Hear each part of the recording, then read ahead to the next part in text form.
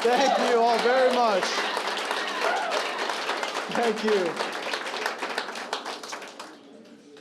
It's great to be here. I recall when I was beginning in the practice of law, what Suzanne really told me was that she needed some lawyers that were done practicing and would get to the winning part. And as a young lawyer, Suzanne Harris was a mentor of mine. Even though I was the attorney and she was the client, she taught me the value of relentless pursuit for the truth. And that's what we fought for here in Walton County.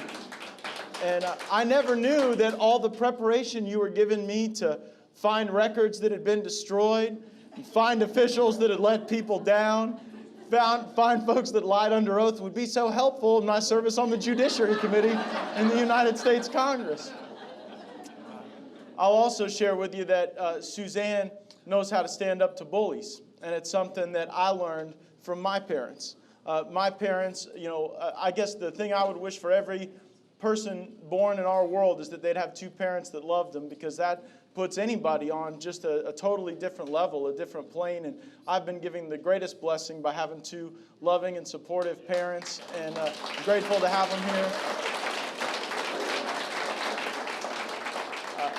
And they taught me, like Suzanne, to stand up to bullies, whether we find them inside the Beltway of Washington or up by the lake in the Funiac Springs. And we also learned that familial value from my 84-year young grandmother who's here to 85.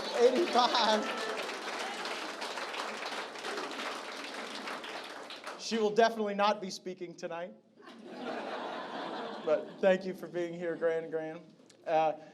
Suzanne also is the most talented political operative that works on my behalf in my entire congressional district. She made mention of the fact that my strongest precinct in Walton County was right here in Miramar Beach. We got 81% of the vote here. And Suzanne, she's so multi-talented. She can help you raise funds, help you put on big, enthusiastic events. She stood out there in the hot sun for about 12 hours on Election Day, holding my sign, and she got real into the advanced metrics of campaigning, that if you knock on someone's door, you could find out if they're a veteran or a gun owner or a left-handed Eskimo. And so when I told her a few days after the election that in her precinct, where she'd really locked it down, we got 81% of the vote, I expected her to smile and be happy and enthusiastic. She said, "Give me the names of the 19%. We don't really learn that much, Suzanne, but you know what? We could spread the rumor that she might get that list, and our numbers will be even higher here in Walton County. Thank you all so much for supporting my efforts to try to be a voice for our congressional district and for our values on television, on Fox News, and any different show or channel that'll have me to go make our argument and make our case. And I love being on Sean Hannity. I'm always kind of worried that Lou Dobbs might stroke out in the middle of the interview. I don't really know if my microphone is on half the time when I'm on Tucker Carlson, because he's always got that kind of sideways look at me, like he could be hearing me or could not. But one thing I will tell you for certain about these Fox News hosts, I am terrified of Judge Janine. She is wild as a deer. And up to the 2 minutes before airtime, she is hollering and cursing, and everybody that works for her is a fool, and she's yelling at the makeup lady, and then that camera comes on, and she is just smiling and bright down, saying something that she'll have to apologize for later. But I do enjoy it, and I'll share with you why I've taken this approach to public service, and particularly for our district. I went up there to Washington, and for the first 10 months, really tried to learn the way of that place. And every day, I felt more dejected and depressed and discouraged by a system that seems to be constructed, not for regular folks, but for the special interests that seem to be in charge no matter which party wins the election. And what I observed was just a circumstance where you had a lot of Republicans and a lot of Democrats just wanting to be the lead valet for whatever special interest was in charge and giving them money. The way you got on committees wasn't based on your district or your talent or your integrity or your contributions to public service. It was based on how much money you paid.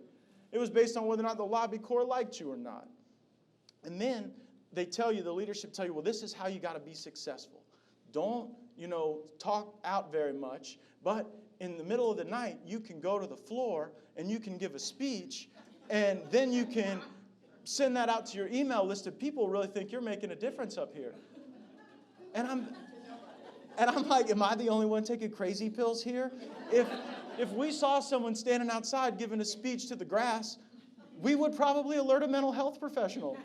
And yet that is the way that they convince you to behave in the Congress of Washington, D.C. And what it does is it puts the interests of that town first, and it puts the work that really needs to be done to save this great country always on the back burner. That's always something we can get to later. And so I made the decision that I wasn't just going to try to use the tools of this corrupt system to try to make change, that I was going to try to have an impact a little upstream from the Congress, but that the presidency of Donald Trump gave us a unique opportunity to make change and to be disruptive and to do things differently. Because the one thing that Donald Trump has never asked me is, well, how do we always do this?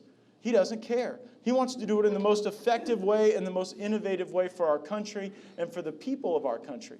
And so that has encouraged me that we really can make a difference, that the Trump presidency is an exciting time to be alive. It's an incredible time for me to be able to serve our district in Washington and to be able to fully optimize the potential of this presidency. We have got to excite the imagination of the American people. We got to get folks fired up for the changes that we need, for standing up to China, for getting out of some of these forever wars, for letting people keep what they earn so that we can unlock creativity in our country to lead the world.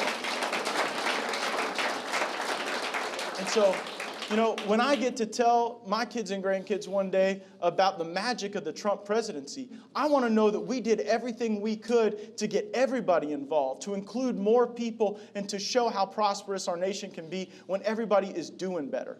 And that's why I try to go out there and try to talk beyond just the walls of Congress and beyond just the beltway of Washington, but really to the entire country. And the good news is, when folks out there in America hear the truth, they wake up to it, and we are seeing more participation in our political process than at almost any other time in American history, certainly more than any other time in my lifetime. And so that means the stakes are high. That means this is important work.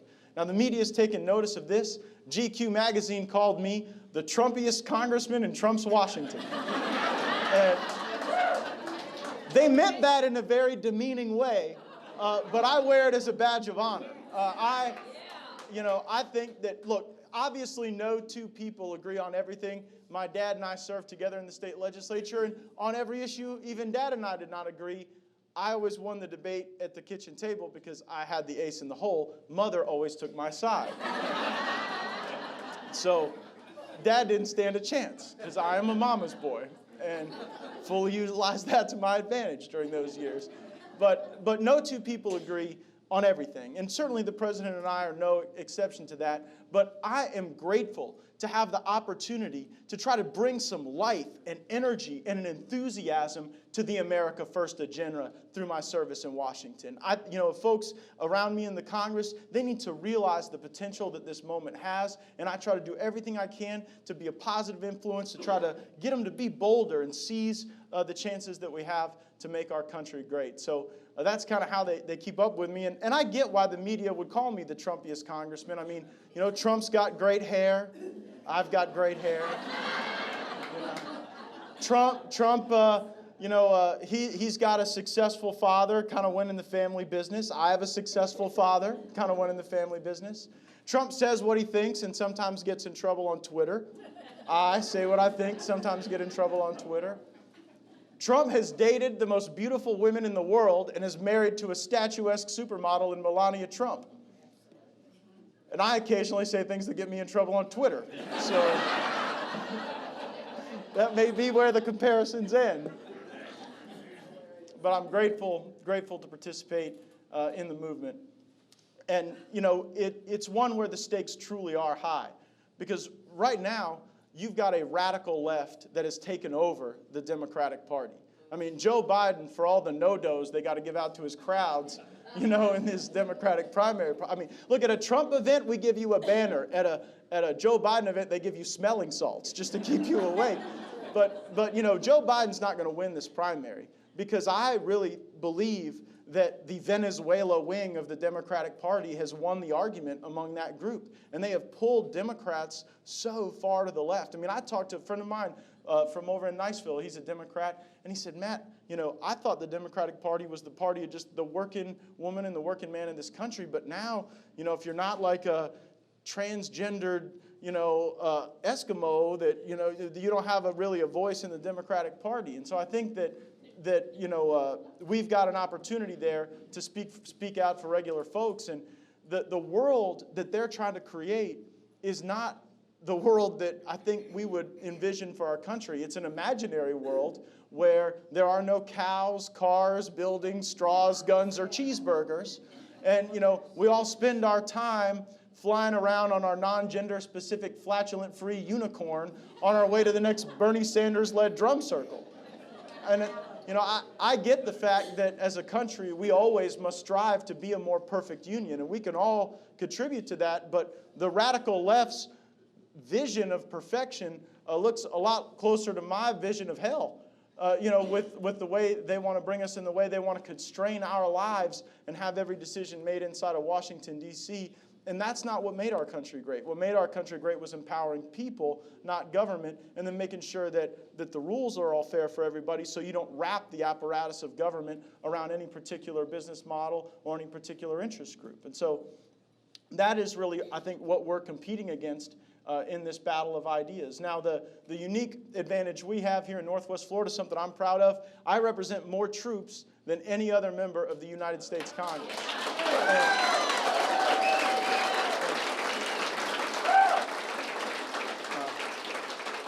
There is nowhere I go where I do not tell them that and where I do not express how incredibly proud I am of the people who wear the uniform in our district and those who have worn the uniform.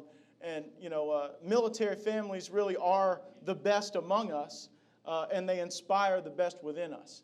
Part of growing up here my whole life, I mean, the folks who would coach our baseball team or lead our scout troop, I mean, they were the folks who would wear the uniform and go down range. And the way that patriotism and love of country flavors our community is something we can never lose. This is our greatest asset in Northwest Florida, is our military mission and our military families. I'm proud that we've got $70 million during my time in Congress invested in the telemetry systems of the Gulf of Mexico test range so that we can always make sure we're delivering the most lethal munitions on time, on target, when we absolutely need to. And it is on behalf of those military families, by the way, that I say thank you, President Trump, for rebuilding our military, reforming the VA. And I would also say, you know, more than even the funding or the reforms, you know what military families say to me? They're glad we have a president that will stand up for our flag and our national anthem in this country. That is something incredibly important to people in Northwest Florida. Now, Jim knows, my friend Jim Bagby knows what I'm about to talk about. The greatest perk of being in Congress, if you ever really want to know, it's not the cool places you get to go or the interesting people you get to meet. The greatest thing I get to do is I get to nominate these young patriots from our community who want to go and express their love of country through service in our military academies.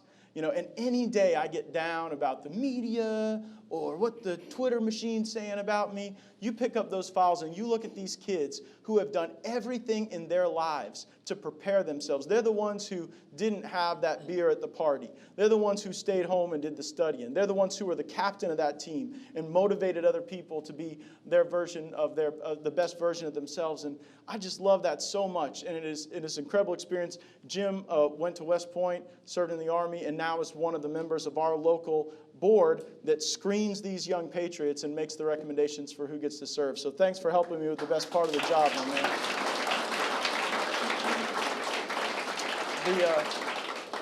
But there's a flip side to that coin, and it's the worst part of this job. And I had to do it just about a week ago when we lost 2 Northwest Floridians in Afghanistan in small arms fire from the 7th Special Forces Group in Crestview.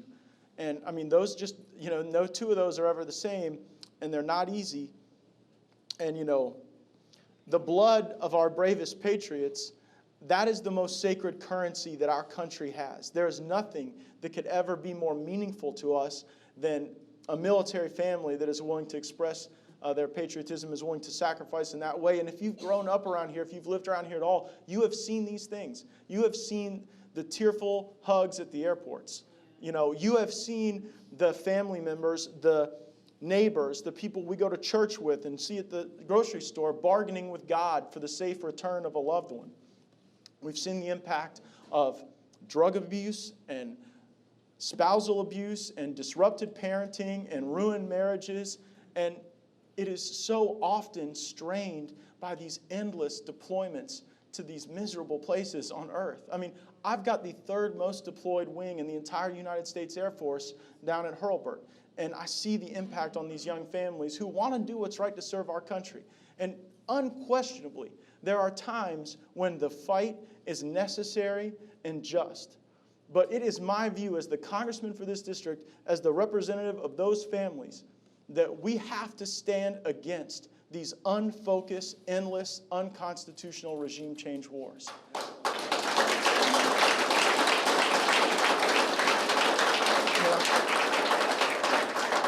I'm for nation building in our country. I would like to see us rebuild Highway 98 before we rebuild Kandahar.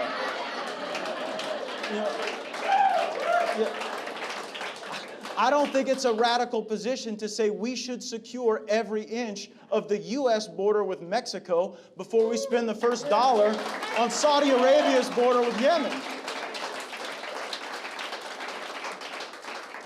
If anything, President Trump has taught us that economic security is national security.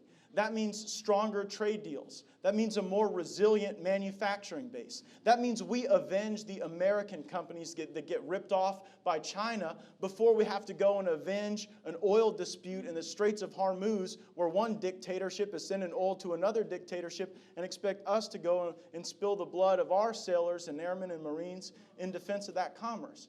And so, I think that as we draw into focus an America First foreign policy, we see that when America is a stronger country, when our taxpayers keep what they earn, when we are not so reliant on foreign oil and foreign deals and foreign manufacturing bases, then we are stronger, more resilient, and we can lead the world as a great country.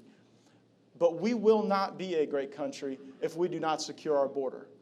I have been down to this border, and I can just tell you, it is a state of total chaos. In just the last 4 months, 1% of the entire population of Guatemala, Honduras, and El Salvador have moved into our country. And so here's how this goes, right? They show up 40, 50, 60, 200, 1,000 at a time. And for every adult, they're clutching a little kid, a little baby. Every adult's clutching a little baby. And that is because our asylum laws require it. I mean, if criminal cartels had lobbyists, they would write our asylum laws much in the way that they are today. They are a disaster for everyone but criminal cartels. Because instead of requiring people who come to our country to present permissions and paperwork, now we just require them to present a trafficked child. And the left, the radical left, tells us this is what is humane. But there is nothing humane about a system where these kids are being stolen, rented, forced into fake families, trafficked across the border, and then sent back to Mexico to do it all over again. That is torturous, and that is not a consequence. You cannot blame the cartels for that. We have created policies that say if you show up with a trafficked child, then it's catch and release for you. This is insane. And what I think the left wants to do is abolish Border Patrol and ICE as a result. That is the craziest thing I've seen since the last Marianne Williamson debate performance. I mean, their ideas on immigration are nuttier than her last seance to raise the dead. But, like the MS-13 cartels, they are not going to give up rape and murder and carjacking to pick up on organic gardening.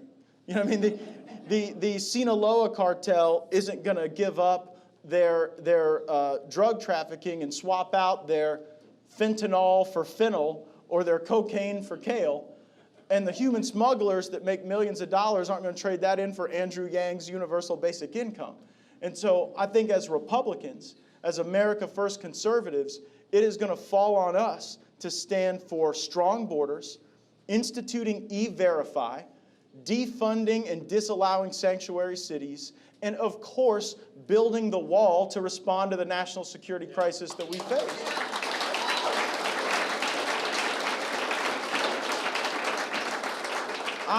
I am incredibly proud of my good friend and Florida's outstanding governor, Ron DeSantis, because in this last legislative session, Florida passed the toughest laws against sanctuary cities in America. We will uphold the rule of law in the state of Florida. And I'm also grateful that President Trump went outside the box to try to solve this problem. Since President Trump threatened tariffs on Mexico and required them to put thousands of troops on the border, we have seen a 24% reduction in apprehensions on the border. A number so impressive, even the Washington Post had to give Trump credit for his good deal-making skills to be able to use some leverage, force some action, and to not allow Mexico with no consequence to just act as a turnstile for Latin America. I think if we do these things, if we secure our border, it'll ultimately be best for regular folks, blue-collar folks doing work and seeing rising wages. So these ideas of sound immigration policy, of ensuring that we do not get our country entangled in endless foreign wars, but staying strong at home with our economy, with our manufacturing, these are ideas that are simple and true and powerful. And I believe that it is the power of these ideas that has caused the radical left to give up debating us in good faith. What I love so much about serving in the Florida legislature is that we'd get up there and debate the merits one side or the other, and sure, there were special interests that had their way sometimes, but more often than not, you could win based on the substance of your ideas, on your evidence, on the points that you made, and on the experiences that policy would inform on for your constituents. And, you know, in Washington now and in the media, instead of engaging us, we see the left trying to deplatform, defame, and destroy any person that does not, or that upholds the America First agenda. They've given that up, and I've seen the impact of it myself. I mean, Twitter shadow banned 4 members of Congress: Jim Jordan, Mark Meadows, Devin Nunes, and Matt Gaetz. Now, I'm pretty proud to be in that group. But I don't think it was an accident that happened. I think they found the people who were effective at defending the president and advancing our agenda, and we were punished for it. Even Facebook deemed Diamond and Silk a danger to society. Diamond and Silk. The only thing that they endanger are the stereotypes that I think the media tries to really present at every opportunity. But this is important because if the radical left and their allies in the fake news media in Silicon Valley, if they can just move the debate a little. I mean, Donald Trump is president because we won 3 Rust Belt states by a point each. And if they could just change, you know, how that Google result comes up for somebody, or change what you see or don't see in a news feed, it can really have a substantial impact. And that's why I think it's important for conservatives to stand up for free speech everywhere. And there is nobody who supports the free press more than us conservatives, but that does not mean that the press gets to be free from criticism. They deserve criticism. I mean, over 90% of the press coverage of our president has been negative, all while the country is doing better. And there's so much positive going on, but it's like they're trying to beat us into this negativity, into this notion of a recession or a downgrade in people's opportunity and in the great things that are happening in our country. And so my ask to you as folks who are proud Northwest Floridians, or wherever you come from, if you consider yourself a part of this great movement, do not let them get you down. You know, every day I wake up and I just thank God that Donald Trump is the President of the United States. And, you know, and we've got a great guy like Ron DeSantis as the governor of Florida, you know. And, take a little time to enjoy that, right? I mean, we're not going to take time off. We're going to campaign hard. But I think the reason our movement is so special is because it is at its core a joyful movement. You know, when you go to a Trump rally, I mean, you see a little of everything. You know, there's white collar, blue collar, no shirt, no shoes. You get it all. And it's like being a part of the American family. And you know, I've heard so many politicians talk about the fact that America's more than a place, it's an idea. But this is also our home. And I'm glad we have a president who wants to protect our national home, protect our national family, secure our border, and advance values that will continue to make America the leader of the world and the beacon for all of the hope for people who look at what humans can truly be if our potential and if our energy is directed in a productive way. So I love that you're in the fight with me. I can tell you the reason I'm able to go and serve kind of the way I do is because I know these great folks in Northwest Florida. You have my back. You have our president's back. You have our governor's back. And I sense that, you know, they're trying to make us think like Donald Trump can't win again. You ever get that sense? You're like, oh, this just cannot happen. And I'm just like going back to thinking about the days before this last election, right? You know, where oh, no, it just can't possibly be the case. Here's the truth. There are people who do not come to meetings like this. They don't talk politics when they go to work at the water cooler. They don't say who they're voting for to any pollster that calls on the phone, out of a legitimate fear that they're going to have retribution as a result of their political beliefs. But those folks, those regular Americans, they see how hard this president is working for our country, and they see the crap that he's getting for it, and they are coming to vote. Let's go get them. Let's go inspire them. Let's save this country. Thank you all so much. Thank you.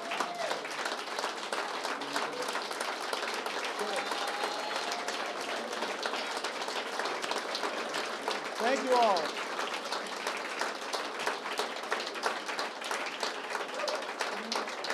Have a seat. Suzanne, we got time for a couple questions? Is that okay? Yeah, all right. Yes, sir. Matt, I'm very happy to hear your efforts to end the double taxation of Social Security. And that is a good first step that we get that done. We need to make sure that we try to equalize the effect of Social Security on the self-employed and equalize it with those who are employed by somebody who is making part of the contribution. The next thing that we need to do to take in the new generation that is below us is give ownership of Social Security contributions. The federal government's got the TSA program that they use for federal employees and the military. Everybody born after January 1 of 2000 ought to say, you got a TSA account, you got an HSA account, and your money is going in there. And it's going to take an actuarial bizarre act to get it all to work out, but we can't go with unfunded action like we have going now. And we've got to, at some point, draw a line and say, here we are. Everybody before this is going to get it in this method. Everybody born after this is going to have their own money, and they're going to own it. You want to get these people's attention and about socialism, let them own their retirement account. Well, you fought more for my generation in that question than most members of Congress have in their entire time in that town. You know, we as conservatives have to believe in ownership societies, you know, where people have the opportunity to own your home, own your decision about where your kids go to school, own your own decisions about where you're going to go for health care. And I think those ideas of making sure that it is a defined contribution rather than a defined benefit would certainly enhance the ownership elements. The challenge is that all those new workers have to be paying in for all you boomers, you know? Yeah, Kathy? Yeah.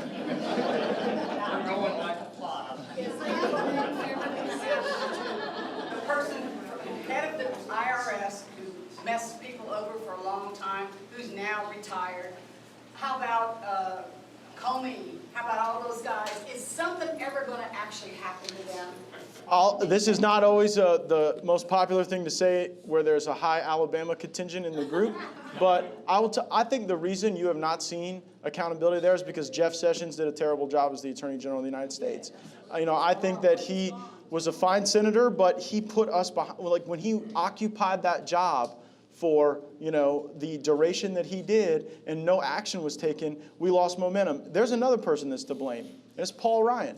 You know, when we were on the trail, you know, when we were wanting to issue subpoenas for Clapper and for Brennan, where I think this thing really goes into the Obama White House, Paul Ryan would not let us do that. Now you see the Democrats, they're handing out subpoenas like it's candy. And I told those guys, I said, if you guys allow Ryan to block us like this, if the Democrats take control and abuse the Trump administration, we're going to look like we had low T, because we just kind of sat around and, you know, let it happen. And unfortunately, that was the case. So those two individuals blocked a lot of our progress.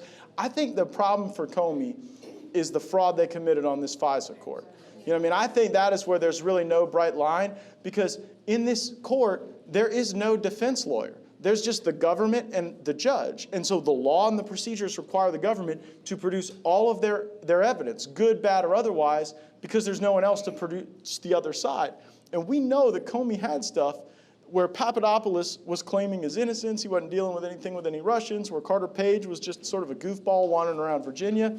And they didn't produce that to the court because they wanted any little hook, anything where they could potentially disrupt, discredit, and destroy Donald Trump, both before and after his election. So it is my hope that when we get to I think what Barr is doing is he's clearing out some of the underbrush, saying, okay, well, it's not going to be the leaks. Okay, well, it's not going to be the lies.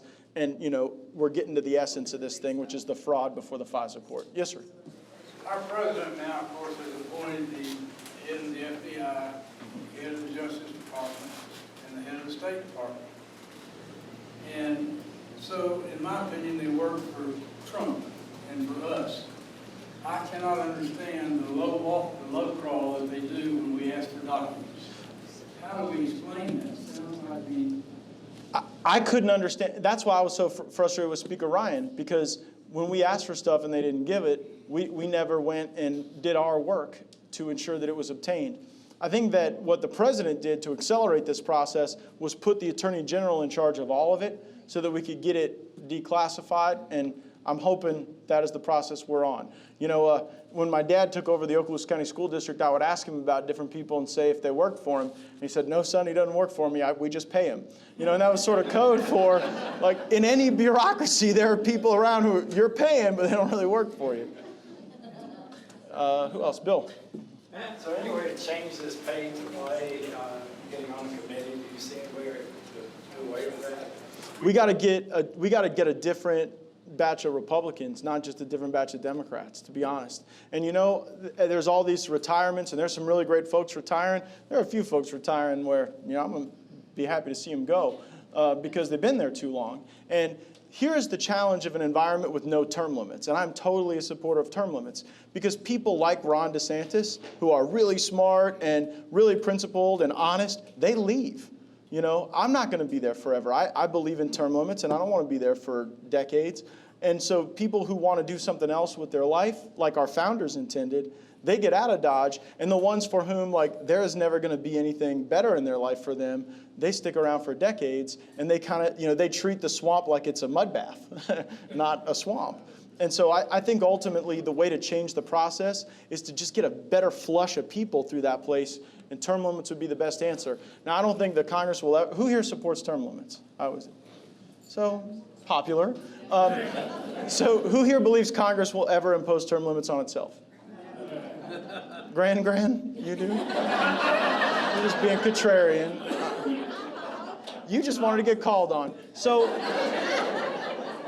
you know, my frustration with that is that, like, how can something that is popular in every zip code in America other than the Washington, D.C. zip code be something that the elite keep away from us as a meaningful reform? Our founders were brilliant. They envisioned a convention of the states where we could go and seize that power back when Washington got too much of it. I am proud that I was one of the sponsors in the legislature to get Florida to join a convention on two subjects. See if you support them. Federal term limits and a federal balanced budget amendment. If they want to have a convention on those, Florida will be there. So now, one thing I've talked to Governor DeSantis about is as we get some other Republican governors elected, we've had some elected, we're about to, we'll be in good shape in Louisiana, then we could get more states to join in and put some real pressure on through that constitutional process to get our term limits. All right, getting hot in here. Yes, sir.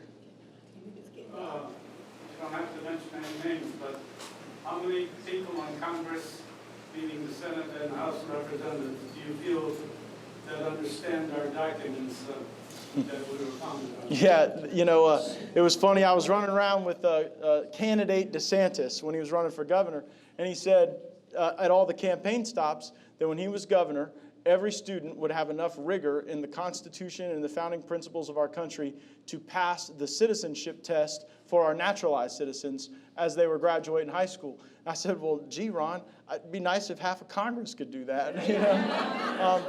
Yeah, I think that we often play a little too much shirts and skins in that game, where like one party will just be for or against something because the other party takes the alternate view.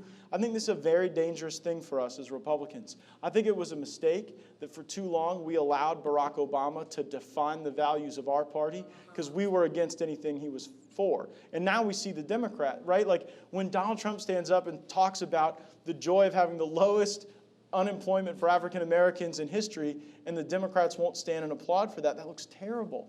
When he stands up and says America will never be a socialist country, and they don't applaud, right? Like they lose in that exchange. And so, I think that when it comes to the Constitution specifically, we got to adhere to those principles, and we got to do it either way.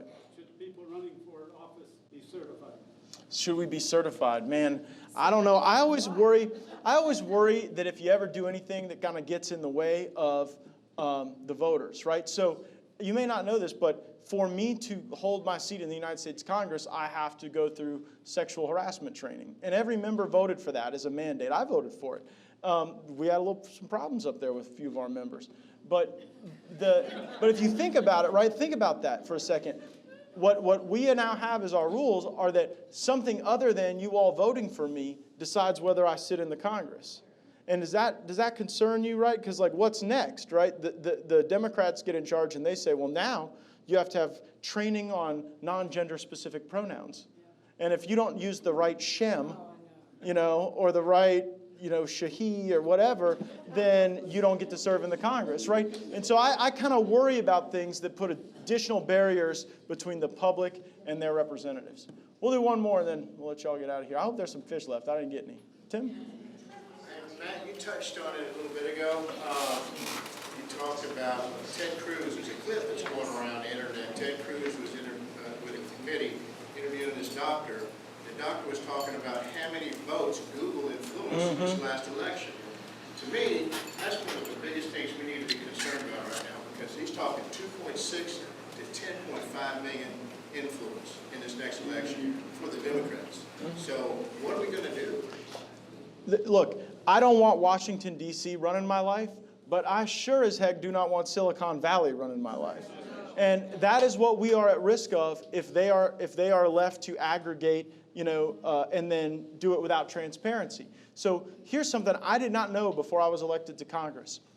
Technology platforms like Google, Facebook, Twitter, Instagram, they get special protections against lawsuits that even newspaper companies or television or CNN or Fox News don't get. They get special protections. And they get those protections because they say, we're not editorial.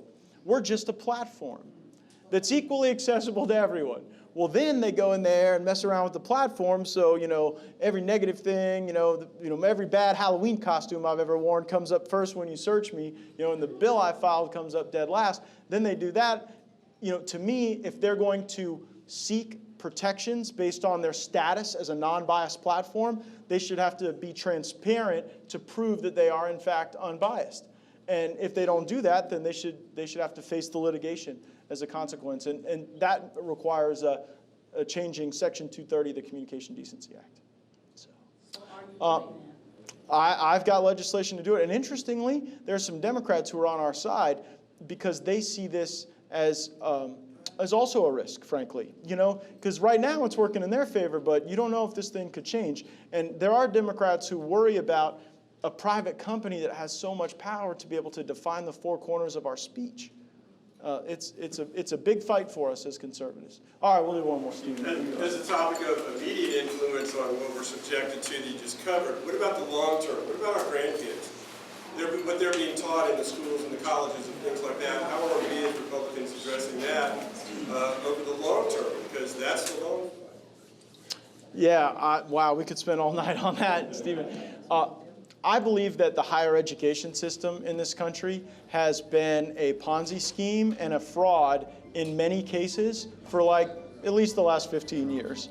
And that, you know, that is a pretty bold statement, but you look at the extent to which these colleges and universities went out and convinced young people to take out these federally subsidized free money student loans, accrue all this debt, and now a lot of people my age are missing out on life's milestones because they can't go buy that house. They can't go start that business because they are holding so much debt as a consequence of this Ponzi scheme. So I have got a group of people working now on some education reforms, and I think that we need to call this fraud out for what it is. And then again, like, you're graduating people with the, I mean, so like what are we supposed to do? We're supposed to take every Honduran across the border and then take away health insurance from half of the American people, give free health insurance to the people who come here illegally, and then go subsidize their degree in why America sucks. You know, I mean, that is lunacy. That is not the way to maintain a great country. And that's what I mean when I say, you know, America is not just an idea. This is not just a set of collective principles. This is our home. This is our legacy as Americans, to make sure that we are passing on those values, and that we make sure that we never apologize for who we are as Americans. And our constitutional principles, our American values, those are being jeopardized, I think, by a system that needs to be exposed for what it is. And that's a project I got coming up, so stay tuned.